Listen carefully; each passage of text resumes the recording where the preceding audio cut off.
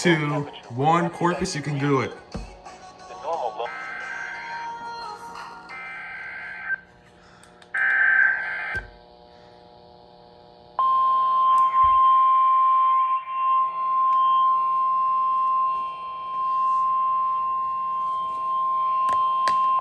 This is a test of the National Weather Service NOAA Weather Radio Warning Alarm System.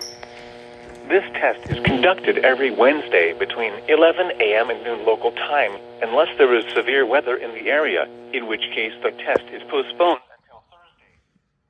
Again, this is only a test. There is no severe weather in the area at this time.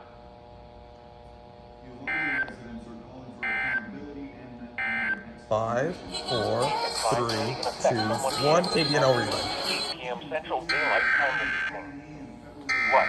Heat index values up to 110 expected. Where? Portions of South Texas. When? From I 1 think they're p.m. using a DAS then. to 8 p.m. Central Like Spectrum. Daylight Time this evening. I'm just genuinely curious. Will Spectrum actually relay?